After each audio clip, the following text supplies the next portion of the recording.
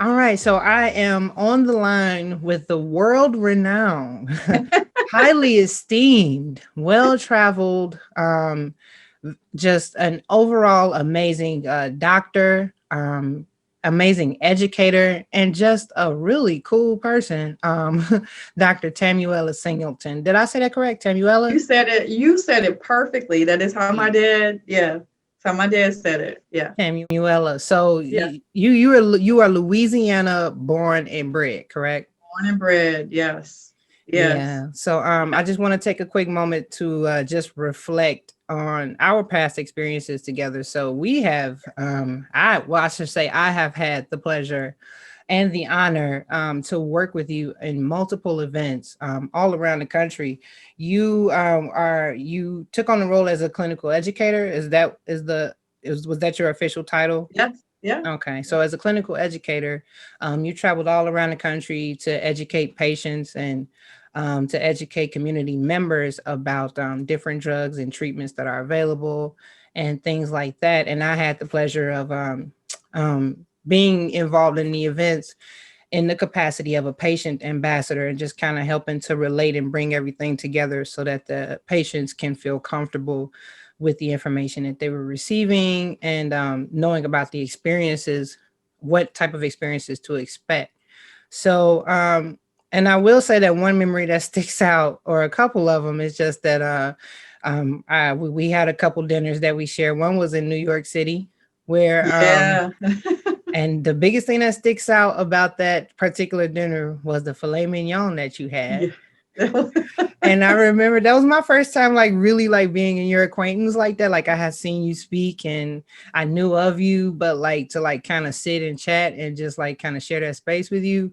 yeah. And just the knowledge that you have about food and the passion that you have for food. And it's just like, how does this woman with this amazing figure, with this tiny little petite body, Look, know so Jeanette, much? genetics. Like, you know how some people say, oh, you can't trust a skinny cook. No, this woman knows her stuff about, she knows her way around a good cut of steak. Yeah, So yeah, that's one thing that I did see on one of your other interviews where you were saying that you were actually passionate about culinary yeah. I before called you. my folks. I told them I wanted to go to culinary school. So tell me a little bit about how that conversation went where you said, you know what, I think my passion is really into food. Yeah, Mom and dad, forget medical school. I want to be a cook. Like, how did that yeah. conversation go? Well, it's so interesting. Well, first of all, I had to tell you, thank you so much for inviting me to have this conversation in this space with you. And I am equally as impressed with you. You are incredibly dynamic.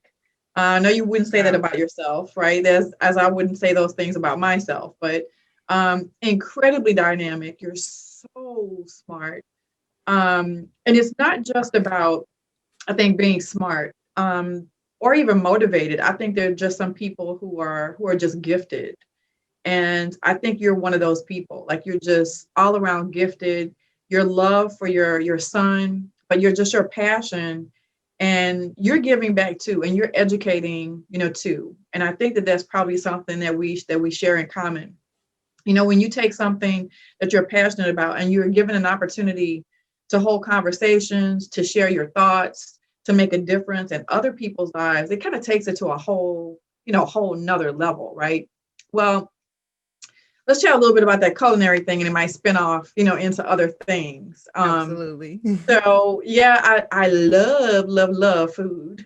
Love all things food, all things drink, adult beverages, alcoholic beverages, non-alcoholic beverages, just everything food. I'm interested in how food is grown. Growing up in Louisiana, um, my parents and grandparents were both older parents. So someone my age is typically about six generations removed from slavery, whereas I'm four. Wow. And so some of those old rural kinds of things that people do with just growing their own food, um, killing their own deer, rabbit, squirrel, like whatever it is, in a true sportsman's paradise in Louisiana, I grew up with all of that. the whole medical school thing, I think it was probably always there. It was really solidified for me when I was a student at Xavier University. Um, Xavier was a spiritual journey for me. It not only because it was a historical Black college or university, it was an experience being the only Black and Catholic university in the Western Hemisphere. So that sort of union for me of God and culture and my people, again, it was a spiritual journey. And it just so happened that Xavier was an amazing place for STEM and pre-med. And I'm not going to say that it made it easy, but it provided a path, a pathway, provided a solid foundation for me to walk on and to build on to become ultimately a physician. And so I worked super hard. I never stumbled. Um, and I can tell you sometimes on weekends I would go home and pick corn, mustard greens, beans, with my parents. Yeah. We were very, again, very respectful, very grateful Hmm. to have the animal. We weren't just killing things to put them on the wall. So yeah, there was a deep level of respect, and we continue to live in a way that I think that as Black people, as people of color, especially those coming from the South, that we lived. And some of that was lost, obviously, as we were able to migrate into, bigger cities, larger environments where there were restrictions in place in terms of stores we could go to, how much things cost, access. Now you're not necessarily growing your own food. So there are reasons why things have shifted. But yeah, a totally deep respect. I never thought about it like that. I'm gonna digress and tell you this. Being from Louisiana, we don't shake salt or pepper on somebody's food. Mm. And when I moved to Baltimore for training, we went to a friend's house and her mom cooked, and it was horrible. It smelled so good, but it was horrible to us because there was Oh. no salt or pepper, and we couldn't bring ourselves Oh. to shake the salt and pepper because it's a cultural thing. So that's probably why by the time I got to medical school was so tough. It was physically demanding, it was emotionally demanding, it was spiritually demanding. Um, whatever breaking point you have in all of those areas, you're probably pushed to it. Um, and I don't know, I think I don't know, in preparation for all the things that you're going to have to do, later on, the multitasking, the tough situations that you're going to face, the difficult decisions that you're going to have to make. But it was really tough. So you spend time um, fantasizing about places you want to go and other things you'd like to do. And so in my fantasies, one of my fantasies, of course, was culinary school. So, I remember one evening, I finally got up the nerve and I told my parents, I said, I think now would be a really good time for me to go ahead and explore going to culinary school. They responded to me and said, well, you can absolutely go to culinary school and we would support that completely. You can go to any school you want to as soon as you finish medical school. Okay. But you know what? That's awesome because I feel the same way because, my kids come up with all of these wonderful ideas of who they want to be when they grow up. And it's just like fantastic. But let's just like secure something else that's gonna like, make sure that you'll be able to fund your passion or Yeah. fund your dream. Yeah. And they were just Well, trying to look out for you. and you know what? And along those lines too, I don't know. I think my parents were probably telling me you need to finish what you started. Hmm. But I will say Yes. this much. This is where I differ a little bit from my parents. And I think this is a generational thing, especially for people of color. Hmm. There were so many things that my parents could never have accomplished that were just seemingly impossible. So when I said I wanted to go to medical school, my dad, who was born in 1933, my mom, who was born in 1944, both looked at me and said, "Oh yeah, baby, that'd be nice." I don't think though that they would never tell me I can't do something. but I don't think that they believed it would actually happen. And that was going to be my next question. Exactly. You Uh, said that you were only 6 generations removed from slavery. Your parents were on. Oh, you are 4 generations removed from slavery. So how does that play into the grand scheme of one day I gotta create yeah, Tamuella because yeah, I'm only 4 generations removed from slavery. Talk yeah, about a little bit how that weighed into like your yeah. choices and your career path. Right. Well, you know what? It was I I I really do stand on the shoulders of giants. So Wow. she was born in 1892 and she was something else. Um because she was college educated. She was a teacher. Not that this is a badge of honor, but this is just something that women didn't do. She was also a divorced woman in Okay. the 1940s, Mm-hmm. was a landowner, a homeowner, a business owner. So there were a lot of things that she did. And so again, I kind of stand on the shoulders of giants. Mm-hmm. And on the other side of my family, my mom's parents were laborers. My grandmother was a stay-at-home mom. My grandfather was a bricklayer. There was super hard work involved there. Neither of them went to college, but all 8 of their children were college graduates. All 8. So Wow. that says something. I mean, they were a big Catholic Creole family from South Louisiana. You know, all 10 of them lived in that 2-room house at one point, so there wasn't a lot to go around, but still there was a value placed on hard work, and education. So this was bigger than you. This was about legacy. Oh yeah, it was much bigger than me. It was about just God fearing, Mm-hmm. very blessed yet hardworking, people. I mean, so there are a lot of again, there I stand on the shoulders of giants. There's a lot that went on there, but I had an aunt. Even though by the time I came along, I had that grandmother that I told you about who had her own business. She was an educator. She taught me to read. I was reading when I was 3. Before I got to kindergarten, I'd read all the textbooks from kindergarten through 5th grade. Mm. So school was actually a little difficult for me when you've done that. When you've done everything already, like it actually was a little, it So was a you little on the start day challenging one side. just bored. Yes, yes. And when children are bored, they can be behavior problems. So, so Definitely yeah, know that firsthand with yeah, my son. yeah, yeah, yeah, yeah, yeah. So that there again, I stand on the shoulders of giants in that regard. And so even though I was blessed to have that support, I was homeschooled basically by the best, one-on-one with Mhm. my grandmother. Um, I came from this big, crazy, crazy, but yet loving family. There's no form of crazy. There's no type of person that you could introduce me to, especially from the Black community, that I don't know.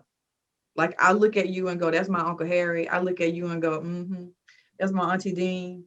I'm like, "Yeah, that's my cousin over there." Like I can identify from A to Z people. But my aunt looked at me, even with all those blessings. She was the only one who did in my whole life. She looked at me and like almost kind of in passing one day, she said, "You're smart. You're a Black woman. You could be a doctor. You need to get on top of some of these grants and go to school for free and don't stop till you are a doctor because you know what can happen. You need to make that happen," and walked off. Now, that same aunt, of course, graduated from college, but she had a baby when she was 16. She was married at 16, and went on to get a PhD herself. So she was telling me, from personal experience, During what time like now? exactly. So No, this no. What was time was that what she? time frame? Oh, Yeah. this was in the 50s, late 50s, Okay. early 60s. Okay. She went to Southern University for undergrad and then went to Kansas State for a PhD. I think it was Kansas State. It was a university in Kansas, but I'm pretty sure I think it was Kansas State. Um, so I just needed somebody to tell me it was possible. Mm-hmm. Um, I did grow up seeing, a Black male doctor here or there. My pediatrician actually was when I was older, like an older kid / teenager. I Mhm. had my pediatrician was a younger Black doctor that had moved to the city, to Baton Rouge. But I, prior to that, had never seen a female doctor. Didn't know that that existed, never entered my mind, didn't think about a PhD or MD, JD, or any other D. I knew I was going to go to school. I just never thought about that. So I haven't always thought about the influence that my family had, on me and shaping me. And then, of course, that one person coming along and telling you what you can do. That The is power of perfect. words. Yeah, Yes, the yes. power of words. Right. Thank you so much for just bringing that into this picture that we're painting of you. Because number one, we kind of wanted to start off with the roots and the family. That one conversation, that one thing Yep. that your aunt said to you, Yep. it planted a seed in you. It did. And then as you went on, you began to take notice of the other women or the Black women that you noticed in this field. And not only did you hear that and you received it and you got that seed planted in you, you were actually able to see that person in that position as a role Yeah. model. And that's Yeah. what I really want to do with this podcast. And that's why I'm just so honored to have you with me, because Yeah. we need to put powerful Black women like yourself who can tell your story and said, I had to find free grants. I had to do this. This is where I come from. I'm used to living off the earth. But Mhm. because that seed was planted in me, I took it and I ran with it. And I And had it's an example, and you can be an yeah. example. Yes, it's about confidence, I think, at the end of the day.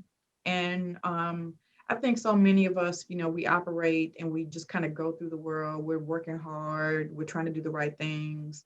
Sometimes we don't, with deliberance, focus on confidence and how important self esteem and confidence is, especially when you're a minority and especially when you're a Black American.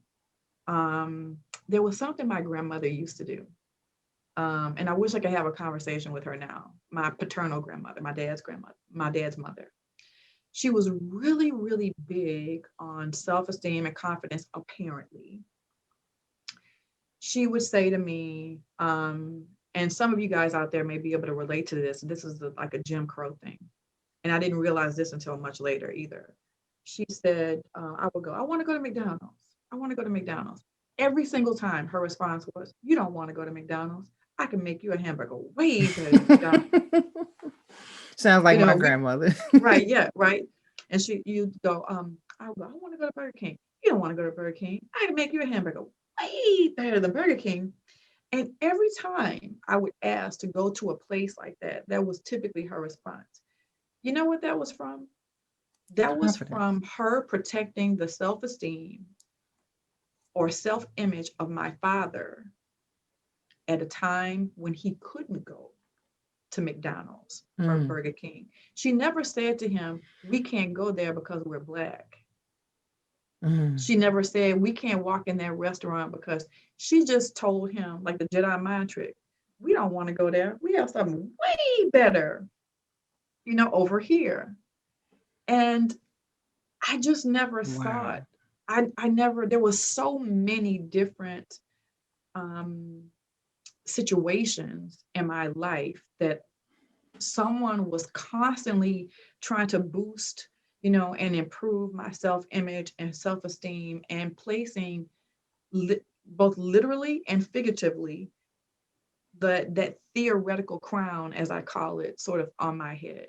Mm. So when I look at my kids, I go, how can I make you feel like you have had that crown placed, on your head? And if it was something as simple as a church pageant, my grandmother made sure I won. Or if I was going to enter the pageant, I was going to win. Because if there was a crown or a trophy involved, I was going to hold it. Like that was, So you're a in, pageant kid?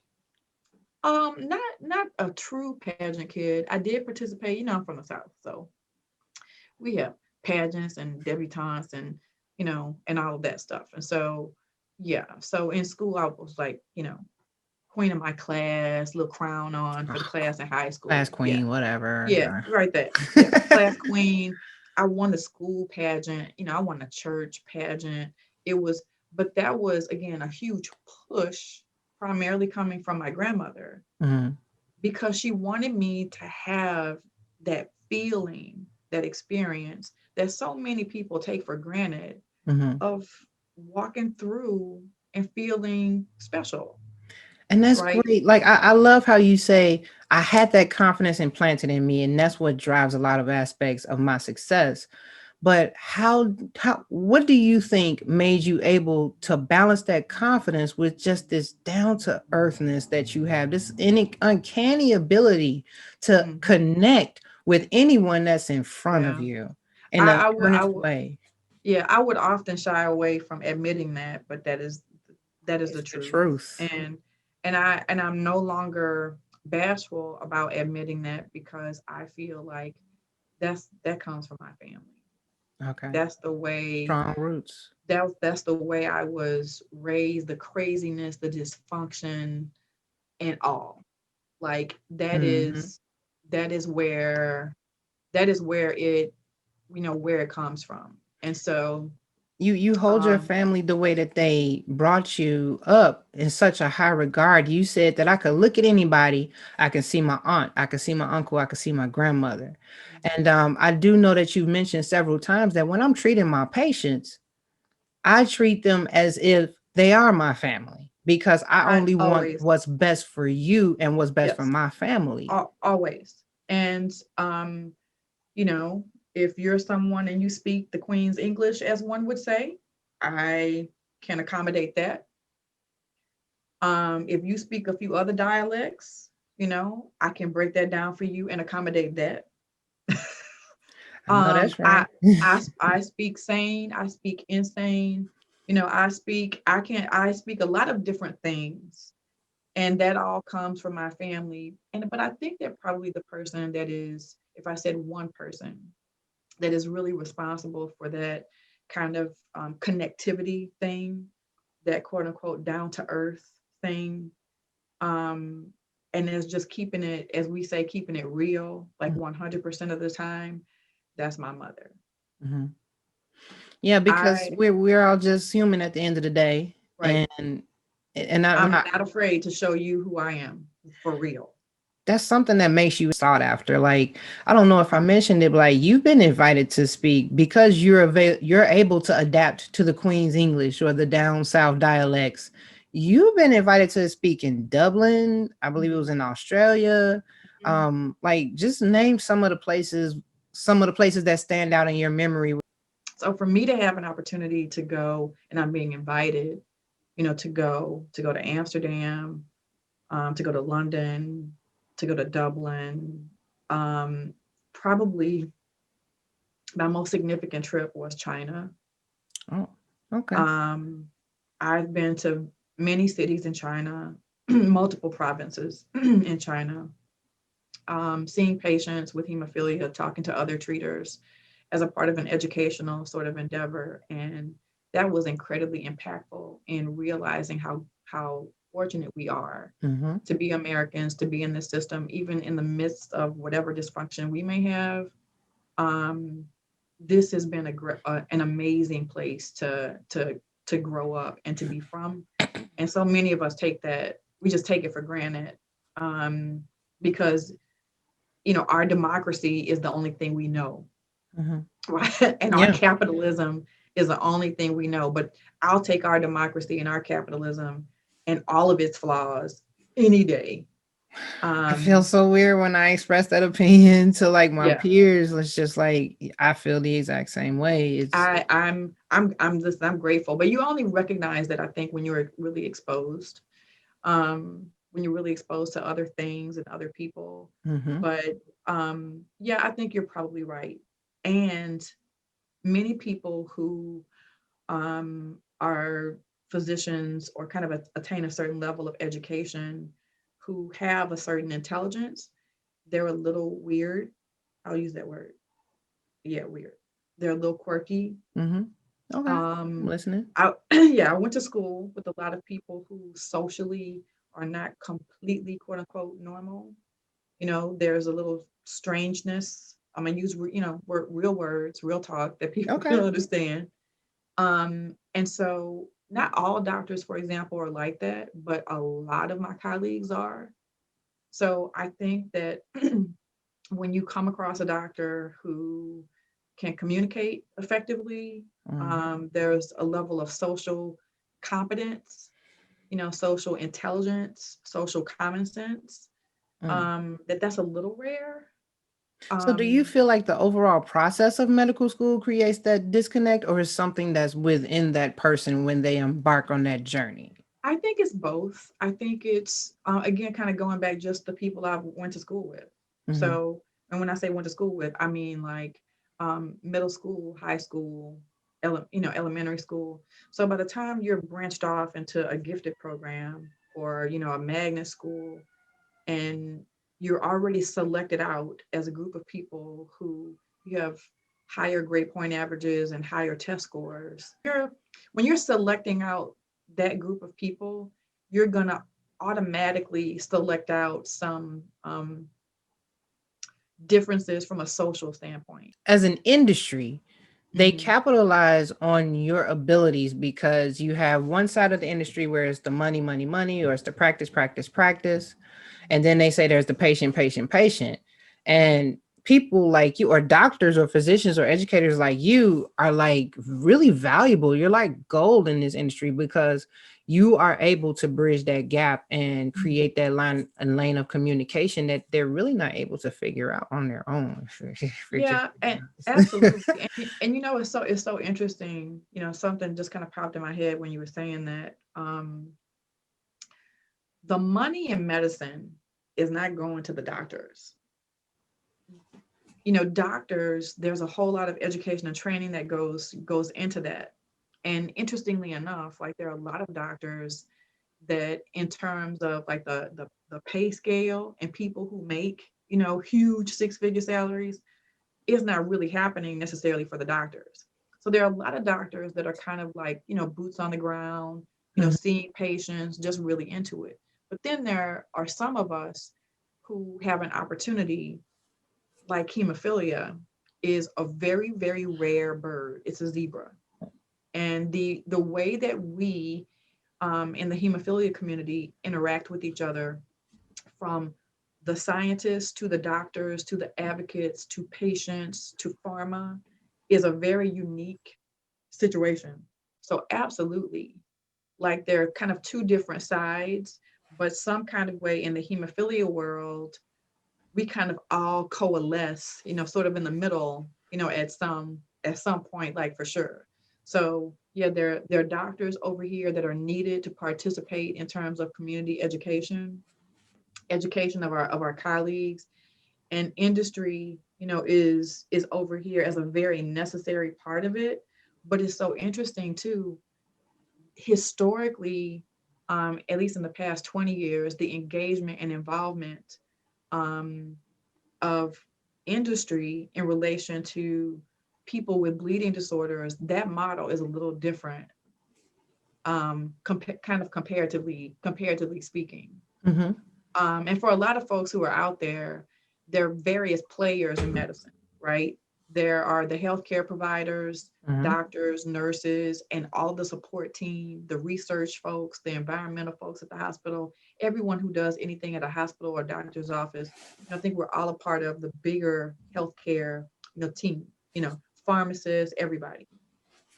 Then of course we have insurance companies, those payers, and then there's the pharmaceutical, industry that helps us to provide all of the therapies and products. So there are three big players in that whole world. And I don't think that I had a clue. How deep that rabbit hole goes. I didn't even think about those three players or understand it or process it at all until I was an attending physician and done with fellowship. Mhm. Like it just never occurred to me. I was kind of one track mind, trying to get through medical school, trying to get to a residency, which I did in pediatrics, and ultimately, pediatric hematology oncology.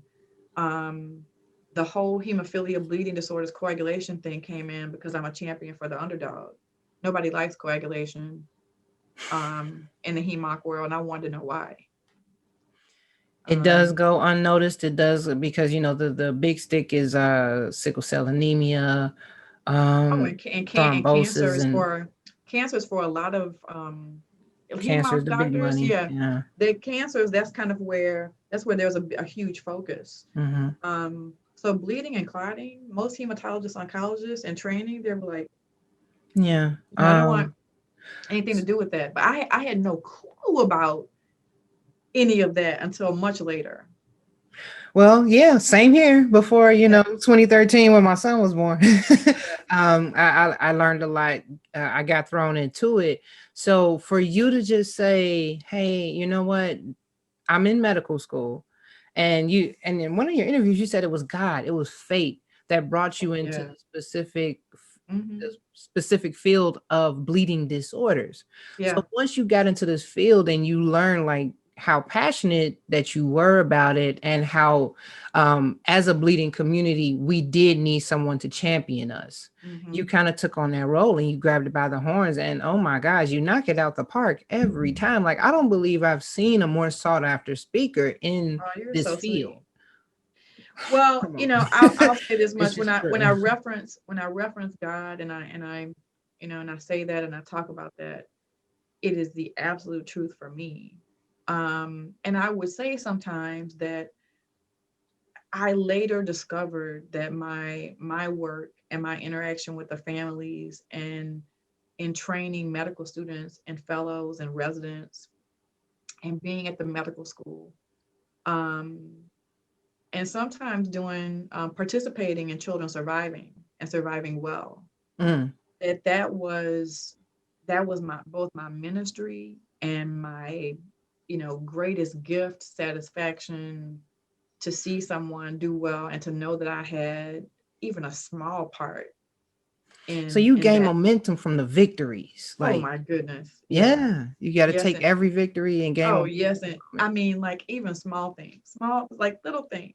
Hmm. I was able to accomplish getting my patient to a much needed therapy, and it was so challenging and we had a lot of roadblocks. And last week when it happened, I was like, yes, like, this Yeah, is yeah. great, because it's This is why I'm it's here. right, it's life changing, and at the same time I get very upset. So was there ever an It doesn't instance where happen. you said, you know what? Did you ever feel like giving it up at one point? Like, was there ever just a devastating instance where you're just like, Never. never, Never. I have Oof. never You never even on let my anything get you that down?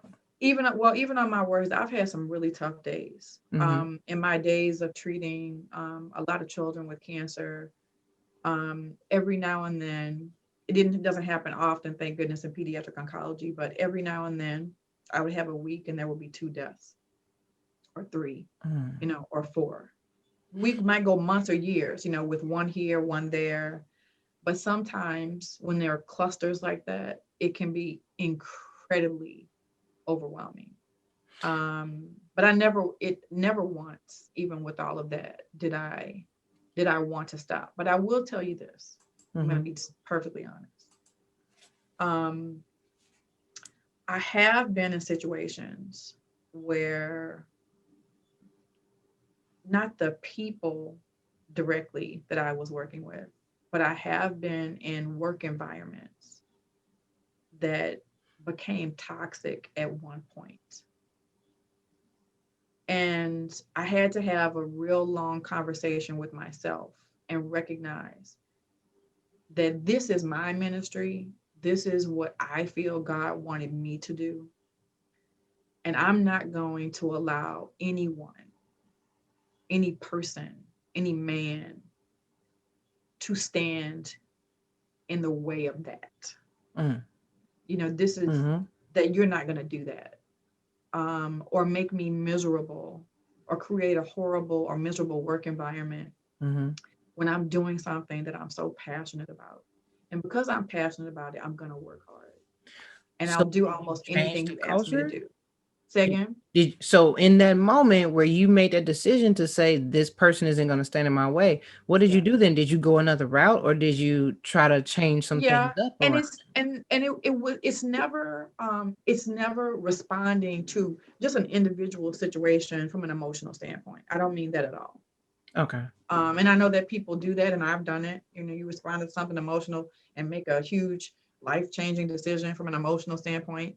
We've all, abandoned our frontal lobe, as I like to say, and Abandon you my know, frontal lobe. I love yeah, that. abandon your frontal lobe, and you're thinking with your limbic system like a lizard, or and responding emotionally. We're all capable of that, and whatever your intellect is, like we all do it. And so I Yes. don't mean that, but I do mean putting some significant time and thought and approach um, into trying to figure out how can you make a situation different. Mm-hmm. How can you make a situation work better? Mm-hmm. um, I'm not going to be defeated by a particular situation. Like, can I talk through this? Can I work Mm-hmm. myself through this? Can I pray myself through this? Can I have a significant impact? But I have had some situations in my career where I ultimately had to make a decision. And there was a quote somewhere recently, and I said, oh my gosh, that is so true. Someone said, and I don't know who the someone was, but someone said, making the right decisions for the right reasons can hurt sometimes. Wow. And I've had to make some decisions through the course of my career, not a whole lot of them, but I've had to make some decisions. And I had to know in advance of making those decisions that I knew I was making those decisions for the right reasons, that I prayed about making that decision.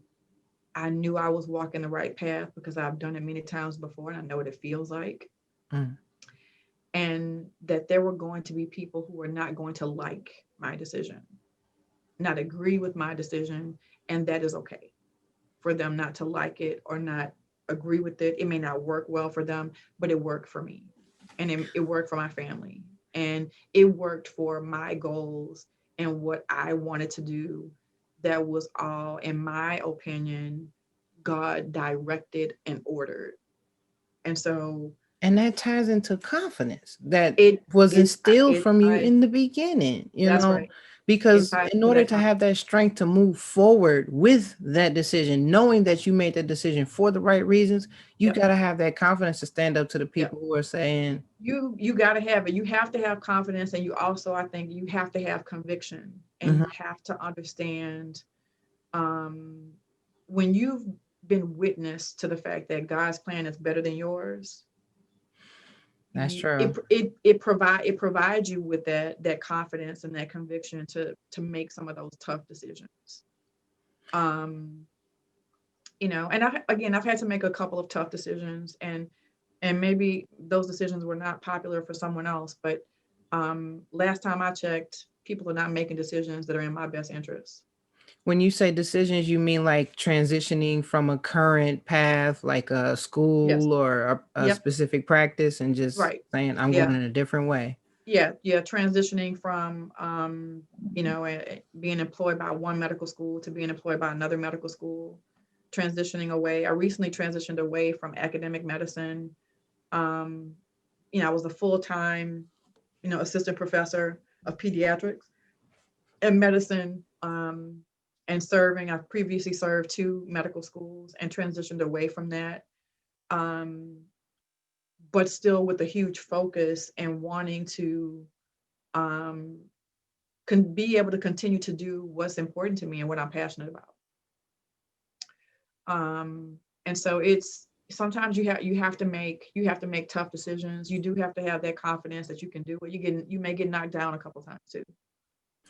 Thank you so much. Like this, and I know that I'm creeping up on the end of your time frame here, but before I do let you go, I do have a really quick question. Sure. Um, so you talked a lot about how you just use that confidence, you use that ability to just bring and not okay, just a few seconds to just yammer on. I just love how you were able to tie it all in together. Your Mhm, passion and your respect, even just starting off chatting about the food aspect of it, mhm, the respect that's instilled in you mhm, about something that's so important to life force. mhm, And that transitions and it shows through in every aspect of what you do is that you just have respect for the basic forms of life, mhm, the basic means of providing life, providing mhm, help to people. Um, I really do appreciate the fact that you are able to recognize that because you are favored, you are highly, because you know how they say favor ain't fair sometimes. But a right. lot of people don't understand, like, because of what you just said, favor is created by doing exactly what you just said, making the right decisions for the right reasons. And it's I so easy to not do that. I think that that is true. And I'll take this back to, everything for me kind of goes back to from a faith-based perspective. I also think that it's about obedience. Um, One of the questions that I ask myself on a fairly regular basis is, in my prayer, am I being obedient? Am I following what you want me to do, Lord? And I think that sometimes that requires you to be still. It requires you to be open. It requires you to be receptive. And sometimes it requires you to take a good hard look at the path that you're on. Absolutely. Dr. Tammy, this has been beyond enlightening. Has been just an overall pleasure and an honor. Thank you so much for joining me again.